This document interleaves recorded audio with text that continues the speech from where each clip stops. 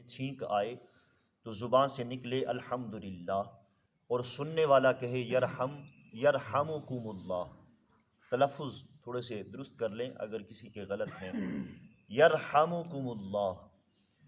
اور چھینکنے والا جب اس سے سن لے کہ یرحمکم اللہ کہنے والے نے کہہ دیا، تو پھر وہ چھینکنے والا جو ہے وہ یہ لفظ کہے یہدیکم اللہ، یعنی اللہ تعالیٰ تجھے ہدایت دے۔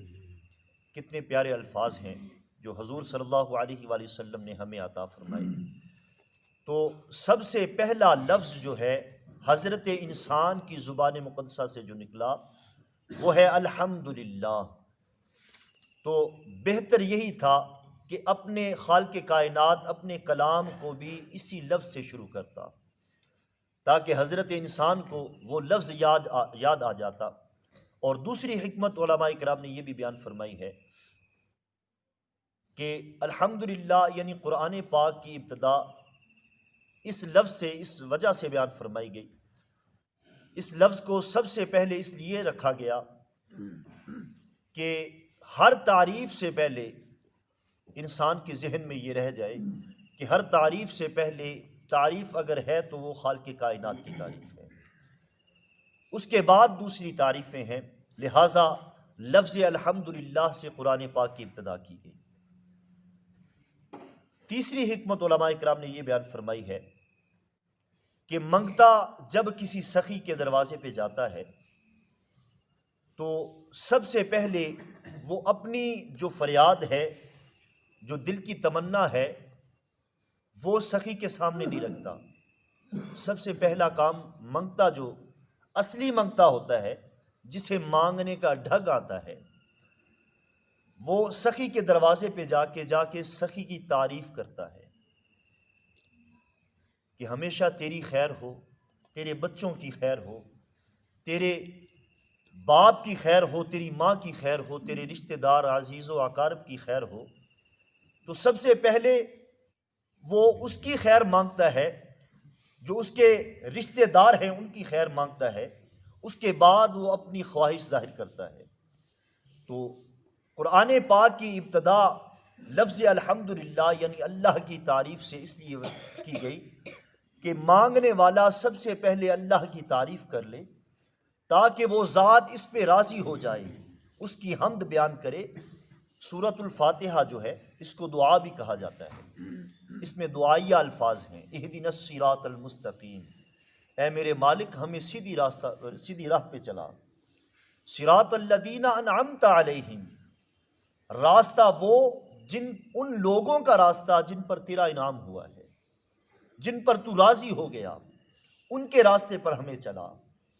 تو یہ دعائیہ الفاظ ہیں، تو لہٰذا سب سے پہلے اس ذات کی حمد بیان کر لے، اس ذات کو راضی کر لے، اس ذات کی تعریف کر لے، تاکہ وہ راضی ہو کر خوش ہو کر اس منگتے کی جھولی میں خیرات ڈال دے۔ اس وجہ سے لفظ الحمدللہ سے سورۃ الفاتحہ کی ابتدا کی گئی۔ تو میرے عزیز محترم، الحمدللہ میں تین کلمات ہیں۔ الف لام علیحدہ کلمہ ہے، حمد علیحدہ کلمہ ہے، اور للہ علیحدہ کلمہ ہے۔ یہ تین کلمات لفظ الحمدللہ میں بیان فرمائے گئے۔ الف لام میں علماء کرام فرماتے ہیں کہ دو طریقے کا احتمال یعنی شک ہے کہ الف لام سے کون سی حمد مراد ہے۔ بعض علماء کرام فرماتے ہیں کہ الف لام سے مراد حمد استغراقی ہے، یعنی عام حمد، جس طریقے کے ساتھ انسان کوئی بھی ہے، چاہے وہ کافر ہے، ہندو ہے، سکھ ہے، عیسائی ہے، کوئی بھی ہے، وہ اپنے اپنے انداز میں حمد بیان کر رہا ہے، اپنے پیدا کرنے والے کی حمد بیان کر رہا ہے۔ کوئی بتوں میں اس کی حمد بیان کر رہا ہے، کوئی گائے میں اس کی حمد بیان کر رہا ہے، وہ کوئی سورج، چاند، ستاروں میں اس کی حمد بیان کر رہا ہے، کوئی نہ کوئی کسی نہ کسی رنگ میں حقیقتاً حمد اسی ہی کی بیان کر رہا ہے۔ اس وجہ سے حمد استغراقی یعنی الف لام جو ہے اس سے مراد حمد استغراقی ہے، یعنی عام حمد۔ کیونکہ عام حمد سے مراد یہ بھی ہے کہ انسان مثال کے طور پر اگر کسی مکان کی حمد بیان کی گئی تو در حقیقت مکان بنانے والے کاریگر کی حمد وہ تعریف ہوتی ہے۔ اس وجہ سے کوئی بھی تعریف، کسی بھی مخلوق کی تعریف کی جائے، مثال کے طور پر کوئی خوبصورت چیز انسان دیکھ لے، اس خوبصورت چیز کی تعریف در حقیقت اس کے بنانے والے کی تعریف ہوتی ہے۔ تو اس سے پتہ چلا کہ انسان جس کی بھی تعریف کرے، جس انداز میں بھی تعریف کرے، وہ تعریف در حقیقت بنانے والے خالق کائنات کی تعریف ہوتی ہے۔ تو میں یہ بھی جملہ عرض کروں گا کہ حضور صلی اللہ علیہ وآلہ وسلم کی نعت جو ہے، نعت مصطفیٰ صلی اللہ علیہ وآلہ وسلم در حقیقت حمد باری تعالیٰ ہی ہے، کیونکہ حضور کی نعت، حضور کی تعریف جو ہے وہ در حقیقت بنانے والے کی تعریف ہے۔ وہ پروردگار، وہ خالق کائنات، وہ کتنا کریم ہے، وہ کتنا بڑا ہے کہ جس نے اتنا سونا محبوب ہمیں عطا فرما دیا ہے۔ تو نعت مصطفیٰ در حقیقت حمد باری تعالیٰ ہی ہے، اللہ تعالیٰ کی تعریف ہی ہے کہ جس نے اتنا سونا محبوب بنایا ہے۔ تو دوسرا احتمال الف لام میں یہ ہے کہ الف لام سے مراد خاص حمد ہے، یعنی حمد، تعریف تو سبھی کرتے ہیں، تعریف سبھی کرتے ہیں، حمد سبھی بیان کرتے ہیں اپنے اپنے انداز میں، لیکن حمد مقبول کون سی ہے؟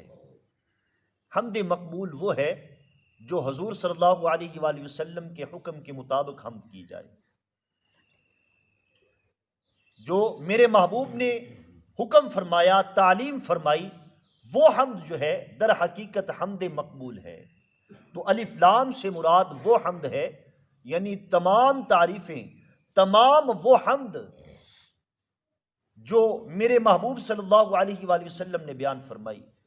اور یہ بھی میں عرض کر دوں کہ جیسی تعریف خالق کائنات نے، خالق کائنات کی حضور صلی اللہ علیہ وآلہ وسلم نے بیان فرمائی ہے، ایسی تعریف روئے زمین میں کیا پوری کائنات میں کسی نے ایسی تعریف اللہ تبارک و تعالیٰ کی نہیں کی۔ اسی وجہ سے حضور صلی اللہ علیہ وآلہ وسلم کا نام نامی صفاتی ناموں میں سے احمد بھی ہے، یعنی سب سے بڑا، سب سے زیادہ تعریف کرنے والا۔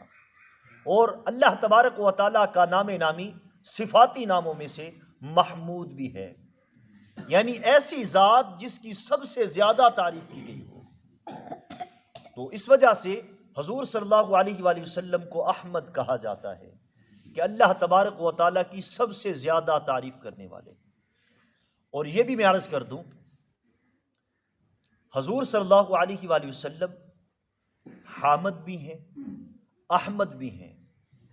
تعریف کرنے والے، ان میں بھی تھوڑا سا فرق ہے۔ احمد ہے، اس میں تفضیل کا صیغہ، یعنی جس میں اس میں مبالغہ کا صیغہ، جس میں زیادتی پائی جائے، یعنی حضور صلی اللہ علیہ وآلہ وسلم اللہ تبارک و تعالیٰ کے سب سے زیادہ تعریف کرنے والے ہیں۔ اور یہ بھی میں عرض کر دوں کہ حضور صلی اللہ علیہ وآلہ وسلم کا روئے زمین پہ نام محمد ہے۔ محمد صلی اللہ علیہ وآلہ وسلم بھی حمد سے نکلا ہے، یہ حمد سے ہی اخذ کیا گیا ہے۔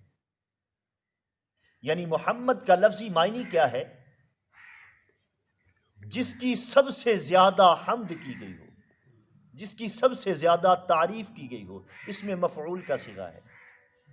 یعنی میرے محبوب ایسی ذات ہے، ایسی ہستی ہیں کہ جن کی اللہ تبارک و تعالیٰ نے سب سے زیادہ تعریف کی ہے۔ اسی وجہ سے میرے حضور صلی اللہ علیہ وآلہ وسلم کو محمد کہا جاتا ہے۔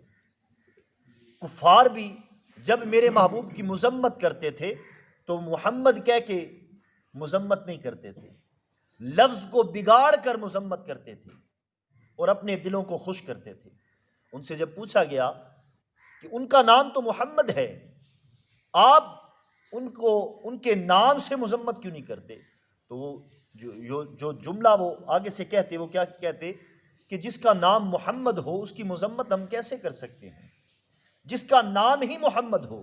میرے حضور کو آ کے صحابہ کرام نے عرض کی، یا رسول اللہ صلی اللہ علیہ وسلم، کفار آپ کا نام بگاڑتے ہیں، تو آپ نے فرمایا وہ کسی اور کا نام بگاڑتے ہیں، میرا نام تو محمد ہے، وہ میرا نام لے کے نہیں بگاڑتے، میرا نام تو محمد ہے، اور جس کا نام محمد ہو، جس وقت محمد کہہ دیا تو پھر کوئی بھی تعریف پیچھے نہیں رہ گئی، سب تعریفیں اس میں شامل ہو گئی، اس ایک لفظ میں سب تعریفیں شامل ہو گئی۔